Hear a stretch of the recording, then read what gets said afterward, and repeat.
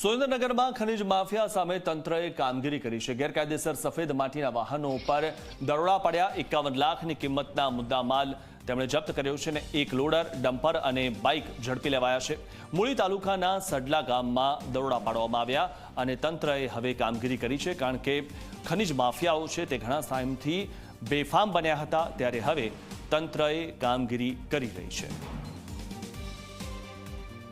મૂળી તાલુકાના જુદા જુદા ગ્રામ્ય વિસ્તારમાં કે જ્યાં મોટા પ્રમાણમાં ગેરકાયદેસર સફેદ માટીનું ખનન પ્રભાવિત વિસ્તાર છે, ત્યાં તપાસમાં હતા।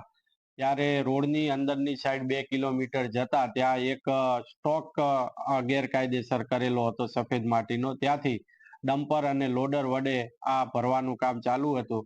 ત્યાં અમારી ટીમ સાથે અમે રંગે હાથ ઝડપી પાડી એક ડમ્પર, એક લોડર અને એક બાઇક અને 2 ઈસમો ત્યાં જે હાજર હતા। આ તમામે તમામ મુદ્દામાલ 51 લાખનો જપ્ત કરી અને આગળની કાયદેસરની કાર્યવાહી હાથ ધરેલ છે।